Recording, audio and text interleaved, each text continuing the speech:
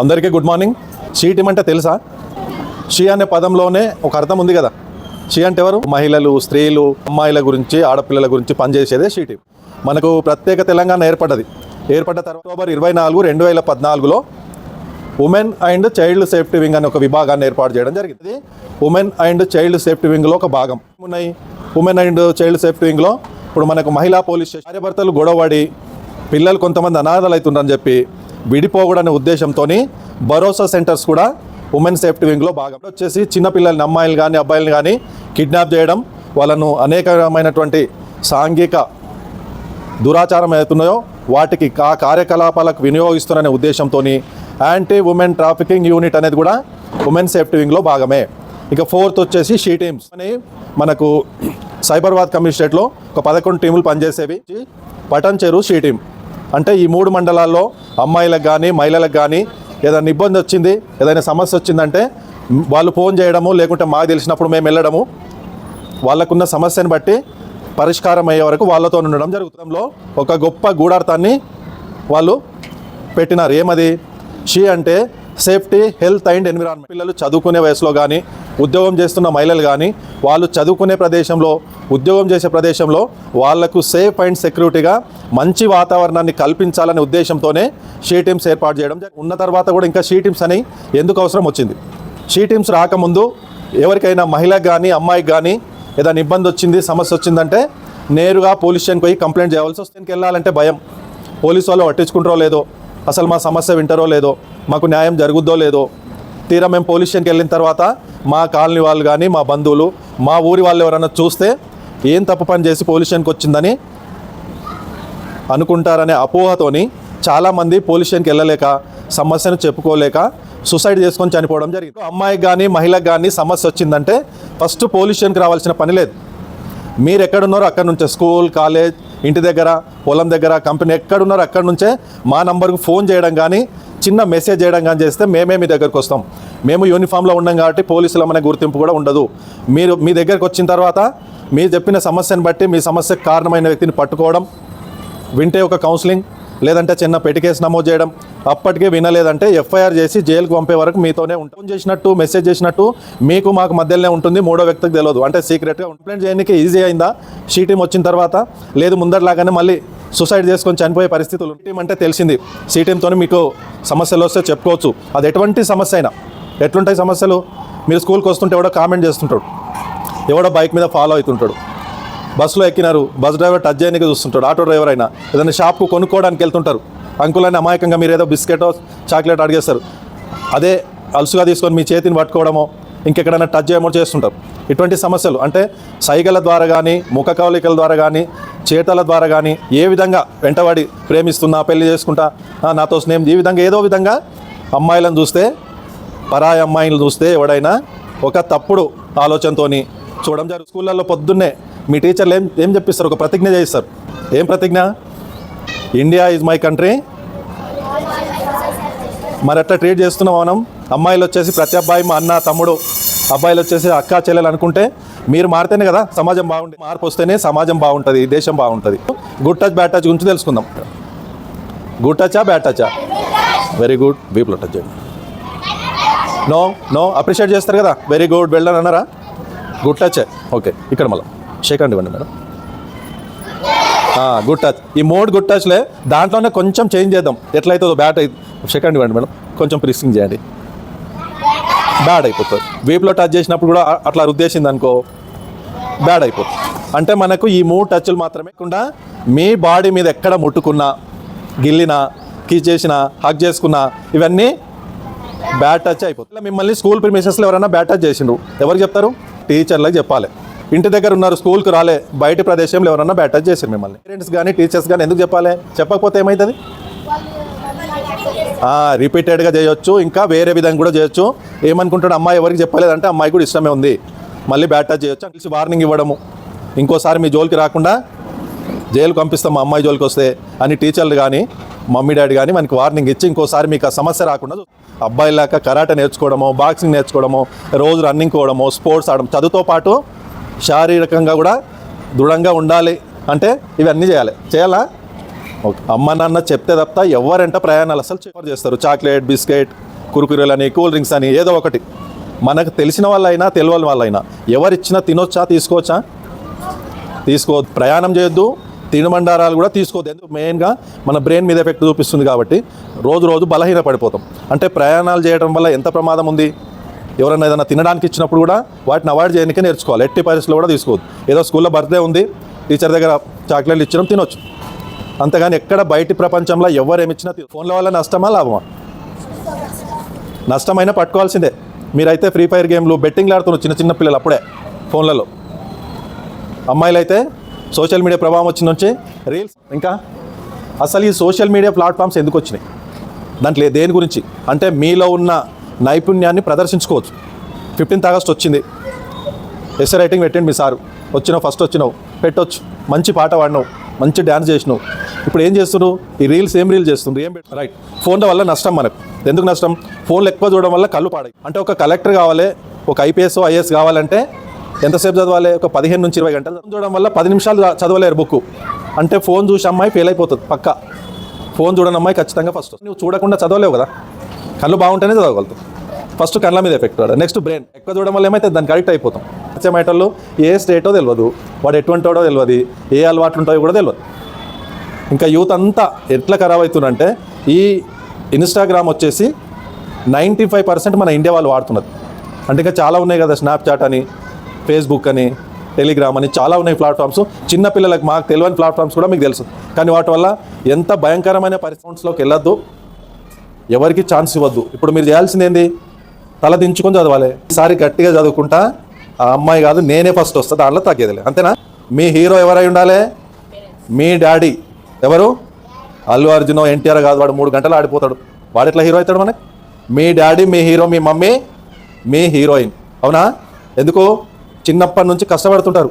చినిగిపోయిన బట్టలు వేసుకున్నా మీకు కొత్త బట్టలు, రాత్రి మిగిలిన సద్దన్నమైన ఇంటర్వల్ కానీ మీకు వేడివేడిగా పెడతారు. చిన్నప్పటి నుంచి సాక్రిఫైస్. మాలాక మా పిల్లలు కష్టపడొద్దు, ఒక మంచి స్థాయికి చేరాలని నిద్ర కూడా సరిగా పోరు. చాలా కుటుంబాల్లో పొద్దున్న లేస్తేనే పనులన్నీ చేసుకొని మీకు టిఫిన్లు కట్టి స్కూల్కి పంపించేసి వాళ్ళు రాత్రి ఎప్పుడో పడుకుంటారు, పొద్దున్నే లేస్తారు. మీ గురించి ఇంత చేసిన మీ తల్లిదండ్రులు మీకు హీరో హీరోయిన్లు కదా. ఆగస్టు 15th అంటేనే ఫోటోలు పెడతారు. ఎవరిది? మహాత్మా గాంధీదో, జవహర్లాల్ నెహ్రూదో, అంబేద్కర్దో పెడతారు. మరి మనకు ఫ్రీడమ్ ఫైటర్స్ లేరా? లేడీస్ లేరా? ఝాన్సీ లక్ష్మీబాయి, ఇంకా రాణి రుద్రమాదేవి, సరోజినీ నాయుడు. మన తెలంగాణకు వస్తే చాకలి ఐలమ్మ లేరా? ప్రెసిడెంట్ ఆఫ్ ఇండియా ఎవరు? ద్రౌపది ముర్ము. అంతకన్నా పెద్ద పోస్ట్ ఉందా మనకి? ఇంకా ఫైనల్ ఢిల్లీ గద్దె మీద కూర్చుంది మేడం, ఆమెదే ఫైనల్. ఇక అంతకంటే లేదు రాష్ట్రపతి కంటే. అంటే మీరు ఎక్కడ ఉండాల్సిన వాళ్ళు ఎక్కడి వరకు వచ్చిండ్రు? మనం బ్రిటిష్ వాళ్ళ దగ్గర బానిసలు ఉంటాం. మరి ఆడపిల్లలు భారతదేశపు మగవాళ్ళ చేతి కింద మీరు బానిసలు. రాజ్యాంగం వచ్చిన తర్వాత అన్ని హక్కులు వచ్చినాయి. ఈరోజు ఎక్కడున్నారు మీరు? చిన్న 2 వీలర్ నుంచి విమానం నడిపించే వరకు ఉన్నారు. చంద్రమండలం మీద కూడా వచ్చారు కదా. మరి ఎక్కడ ఉండాల్సిన వాళ్ళు? రాజ్యాంగం కల్పించిన హక్కుల ద్వారా అన్ని డిపార్ట్మెంట్లో సమాన స్థాయికి వచ్చేసారు. ఆపరేషన్ సింధూర్ అనే ఒక యుద్ధం జరిగింది, ఎంతమందికి తెలుసు? యుద్ధాన్ని నడిపించిన నాయకుడు ఎవరు? 2 అమ్మాయిలు లీడ్ చేసిండ్రు. అమ్మాయిలు అందమా, ఆడ పులులు అందమా? పాకిస్తాన్ మీద యుద్ధం చేసి గెలిచిందంటే గ్రేట్ కాదా? Colonel Sofiya Qureshi, wing commander Vyomika Singh. అంటే ఎందుకు చెప్తున్నా వీళ్ళను? మీ లోపల కూడా ఒక కసి పెరగాలి. సెమీఫైనల్లో మన టీం వీక్ ఉంది, ఓడిపోయే పరిస్థితి ఉంది. ఒక లేడీ సింగం ఏం చేసింది? ఒక కొంటి చేత్తో 127 రన్లు కొట్టి టీంని గెలిపించింది. జెమిమా రోడ్రిగ్స్ సింగిల్ హ్యాండ్తో టీంని గెలిపించింది. పోలియో రాకుండా, అంటే కాళ్ళు చేతులు పడిపోకుండా పోలియో చుక్కలు వేస్తారు. అయితే మనం చెప్పుకునే మేడంకి చిన్నప్పుడే పోలియో ఇంజెక్షన్ ఇస్తే 2 కాళ్ళు పడిపోయినాయి. మస్తు ఏడ్చుకున్నది మేడం కూడా, మస్తు బాధపడ్డది. కానీ ఎవరు ఏం హెల్ప్ చేయగలరా? మీకు సమాజం నన్ను చూసి చిన్న చూపు చూస్తుంది, నేనంటే ఏందో చూపించాలి సమాజానికి అని గట్టిగా ప్రయత్నం చేసింది. ఏం చేస్తుంది? రోజు చదవడం ప్రారంభించింది. రోజుకు 5 గంటలు, 10 గంటలు, 15, 20 గంటలు చదవడం మొదలుపెట్టింది. గట్టిగా ప్రయత్నం చేస్తే ఏమొచ్చింది? 2 సార్లు ఐఏఎస్కు సెలెక్ట్ అయింది, కలెక్టర్ ఉద్యోగానికి సెలెక్ట్ అయింది. అంటే మీకు అన్నీ బాగున్నాయి కదా, గట్టిగా ప్రయత్నం చేస్తే రారా? మేడం పేరు వచ్చేసి బాలలత మేడం. మోటివేషనల్ స్పీచెస్ ఉంటాయి మేడం. ఈ సీరియళ్ళు, సినిమాలు కాదు, అటువంటి స్పీచెస్ వినండి, మీకు కూడా కసి పెరుగుతుంది. కాళ్ళు లేని మేడం కలెక్టర్ అయిందంటే మేము కూడా కావాలి. మేడం వచ్చేసి కలెక్టర్ ఉద్యోగం చేయట్లేదు కానీ కోచింగ్ సెంటర్ నడిపిస్తుంది. సిఎస్బి అని అశోక్ నగర్ హైదరాబాద్లో కోచింగ్ సెంటర్ నడిపిస్తుంది. రామాయణంలో పెద్ద యుద్ధం జరిగింది కదా, యుద్ధం జరిగిందా? లక్షల మంది చనిపోయినారు. మరి యుద్ధం ఎందుకు జరిగింది అసలు? కారణం చెప్దామా? మరి 3 అడవులకు పోయినరా కథల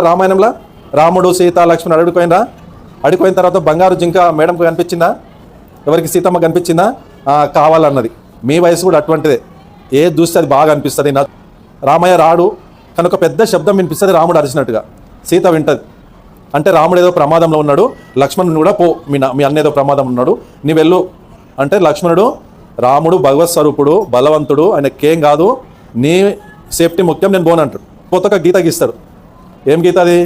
లక్ష్మణ రేఖ గీసి ఏం చెప్పిండు? గీత దాటొద్దని చెప్పిండా? దాటింది కాబట్టే రావణాసురుడు ఎత్తుకపోగలిగిండు.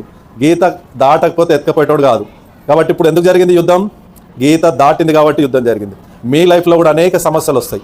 మీరు కూడా ఒక గీత గీసుకున్నారు, రేపటి నుంచి ఫోన్ వాడను, ఇన్స్టాగ్రామ్ అకౌంట్ డిలీట్ చేస్తా, చెడు స్నేహం చేయను, రోజు పొద్దున్నే లేస్తా 4 గంటలకి, అన్ని కార్యక్రమాలు అయిపోయి నచ్చిన దేవునికి దండం పెట్టుకుంటా, ఒక గంట సేపు శ్రద్ధగా చదువుతా. ఇవన్నీ గీత దాటకుండానే చేయాలి. మన గోల్ కలెక్టరా, ఇంజనీరా, డాక్టరా, ఏదన్నా కావచ్చు, పోలీసా, టీచరా, నువ్వేది కోరుకుంటుంది దానికి చేరే పక్షంలో మనం ఏ చిన్న పొరపాటు చేయాలన్నా భయం. గీత కనిపించాలి. అమ్మాయిల జోలికి వెళ్ళొద్దు. ఎందుకు వెళ్ళొద్దు? ఏమవుతుంది? వెళ్తే వాళ్ళ దగ్గర చాలా ఆయుధాలు ఉన్నాయి. అందులో ఇంకోటి రామబాణం కూడా ఉంటుంది. ఒకటి పోక్సో యాక్ట్ అని ఉంటుంది. పోక్సో యాక్ట్ అంటే మీరు అమ్మాయి మీద నీవు చేతేసినా, లేదా అమ్మాయి బలవంతంగా నీ చేతి తీసి ఆమె భుజం మీద వేసుకున్నా నీ మీద కేసు అవుతుంది. పోక్సో యాక్ట్ అంటే protection of childrens from sexual offences. రేపు పొద్దున్న అమ్మాయి వచ్చి, సార్ అబ్బాయిది ఏం తప్పులేదు, నేనే బలవంతంగా చేతి ఎంచుకున్నా, లేదా నేనే లవ్ ప్రపోజ్ చేసిన అంటే కూడా చట్టం వినదు. 10 సంవత్సరాల నుంచి 20 సంవత్సరాలు జైలు శిక్ష. కాబట్టి అలా జోలికి పోతే ఏమవుతుంది? కేసు అయినాక ఉద్యోగం రాదు, గవర్నమెంట్ ఉద్యోగం రాదు. పోనీ ప్రైవేట్లో కూడా ఇప్పుడు పోలీస్ ఎంక్వైరీ లేకుండా ఉద్యోగం ఇస్తలే. పోనీ సచ్చి చెడి ఎక్కడన్నా దుబాయ్ పోయి ఏదో గొర్రెలను మేకలను మేపుకొని వద్దాం, 4 రాళ్ళు సంపాదించుకొద్దాం అంటే పాస్పోర్ట్ వీజా రాదు. పోదాం అమ్మాయిల దగ్గరికి. ఎట్టి పరిస్థితి వాళ్ళని చూస్తే భయం అయిపోవాలి మనకు. మన లైఫ్ బాగుండాలంటే అమ్మాయిల జోలికి వెళ్ళొద్దు. ఎవరు కూడా 18 సంవత్సరాలు నిండితేనే, అంటే 19 వస్తేనే బైక్. మీరు మైనర్గా ఉన్నప్పుడు బండి నడిపిస్తే ఫస్ట్ మిమ్మల్ని పట్టుకుంటే అమ్మ నాన్న జైలుకోతారు. బండి మీ బాబాయ్ పేరు మీద ఉంటే ఆయన కూడా జైలుకోతాడు. ట్రాఫిక్ రూల్స్ అనేవి ఖచ్చితంగా పాటించాలి. అమ్మాయిలందరూ గుర్తుపెట్టుకోవాలి. మీ డాడీ బయటకు పోతుండంటే హెల్మెట్ ఇవ్వాలి ఖచ్చితంగా. పోనీ మిమ్మల్ని బండి మీద ఎక్కించుకుంటూ స్కూల్కో తీసుకొస్తుండు, మధ్యలో ఫోన్ వస్తుంది, ఇంకా సార్ తీస్తాడు కలెక్టర్ ఉద్యోగం చేసినట్టు, ఓ చేతిలో ఫోన్, ఓ చేతిలో బండి. యాక్సిడెంట్ అయ్యే అవకాశం ఉందా లేదా? ఏం చేయాలి మరి? బండి ఆపమని చెప్పాలి డాడీని. ఫోన్ మాట్లాడిన తర్వాత బయలుదేరాలి. అంతేనా? ఆల్ ఇన్ వన్ అని 112 నెంబర్ తీసుకొచ్చింది. 112 కాల్ చేస్తే పోలీస్ అయిన వస్తుంది, అంబులెన్స్ అయిన వస్తుంది, ఫైర్ అయిన వస్తుంది, ఎనీ డిపార్ట్మెంట్, ఏ డిపార్ట్మెంట్ కావాలంటే ఆ డిపార్ట్మెంట్ వస్తుంది. కాబట్టి 100తో పాటు 112 గుర్తుపెట్టుకోవాలి. చైల్డ్ హెల్ప్ లైన్ నెంబర్ ఉంది 1098. బట్ వచ్చేసి child marriages, child labour, child beggar. అంటే చిన్న పిల్లలను అడుక్కోవడానికి పంపిన నేరమే, పనిలో పెట్టుకున్న నేరమే, చిన్న అమ్మాయిలకు పెళ్లిళ్ళు చేసిన నేరమే. నెక్స్ట్ 181 కనిపిస్తుందా? Women help line number. Daddy సాయంత్రం రోజు తాగేస్తుండు, మమ్మీని బాగా కొడుతుండు, మమ్మీ ఏడుస్తుంది, మనం పక్క కూర్చొని చదువుకుంటామా? డిస్టర్బ్ అవుతా? రోజు గొడవ అవుతుంది, దాంట్లో కూడా డిస్టర్బ్ అవుతారా లేదా? భార్య భర్తలు గొడవడి విడిపోతే పిల్లలు కూడా పనిచేసుకుంటారు. వాళ్ళు కొంతమంది అనాథలు అయిపోతారు. అట్లా కాకూడదని ఉద్దేశంతోనే భరోసా సెంటర్లు పెట్టింది. 1930 cyber crime toll free number. అది ఫోన్లలో డబ్బులు పోతుంటాయి. ఓటీపీలు వచ్చినాయి, షేర్ చేసినాం పోయినాయి, లింక్ వచ్చింది ప్రెస్ చేసినాం పోయినాయి. పోతున్నాయా? ఎవడో బ్యాంకు నుంచి ఫోన్ చేస్తున్నా, మీ అకౌంట్ అప్డేట్ చేయాలి, కేవైసీ, ముఖం తెలియనోడు ఫోన్ చేస్తే కూడా మనం Aadhaar number, pan card number అన్నీ చెప్పేస్తాం. పిల్లలు గేమ్స్ ఆడుతుంటారు, లింక్స్ వస్తుంటాయి, ఇట్లా పక్కకు నెడితే కూడా ప్రెస్ అయితే డబ్బులు పోతాయి. ఎవరు కానీ ఫోటోలు దిగి వాట్సాప్ స్టేటస్గా డీపీలుగా పెట్టొద్దు. మీ ఫేస్ను చిన్న స్క్రీన్ షాట్ తీసుకోవడం, మీ ఫేస్కు న్యూడ్గా ఉన్న ఒక బాడీని తీసుకొచ్చి మార్ఫింగ్ చేసేస్తారు. మళ్ళీ సోషల్ మీడియాలో పెడతా, డబ్బులు ఇస్తావా లేదా అన్ని బ్లాక్మెయిల్ చేస్తుంటారు.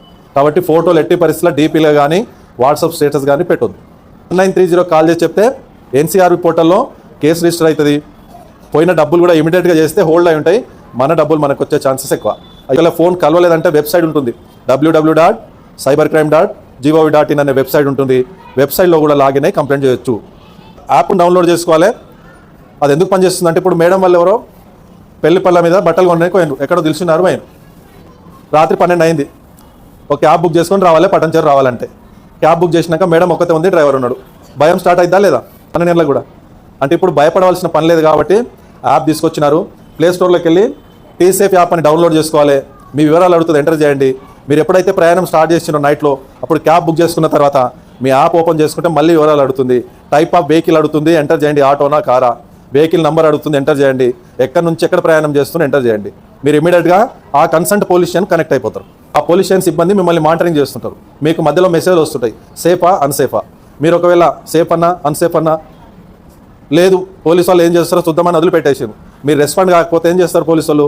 మీ లొకేషన్ ట్రేస్ చేసి 5 నుంచి 10 నిమిషాల లోపు ఆ పోలీస్ స్టేషన్ వెహికల్ మీ దగ్గరకు వస్తుంది. 8712663679. మీకు ఎవరికి కానీ ఎటువంటి ప్రాబ్లం అయినా, సైగలు చేసినా, కామెంట్ చేసినా, పాట పాడినా, ఎలాంటి ఇబ్బందులు పెట్టినా 24/4 పనిచేస్తుంటాం. మా నంబర్కి ఫోన్ చేయండి. ఇలా మీరు అందరిలో చెప్పుకోలేని సమస్యలు ఏమైనా ఉంటే కూడా మాకు ఫోన్లో చెప్పండి. ధైర్యంగా మా సేవలు వినియోగించుకోండి. అందరూ సేఫ్గా ఉండాలి. అందరూ మంచి గోల్తోని ఉన్నత స్థాయికి చేరాలని మనసారా కోరుకుంటూ అందరికి కూడా all the best. God bless you. ఈ అవకాశం ఇచ్చిన సార్కి, మిగతా టీచర్ బృందం అందరికీ కూడా నా అభినందనలు.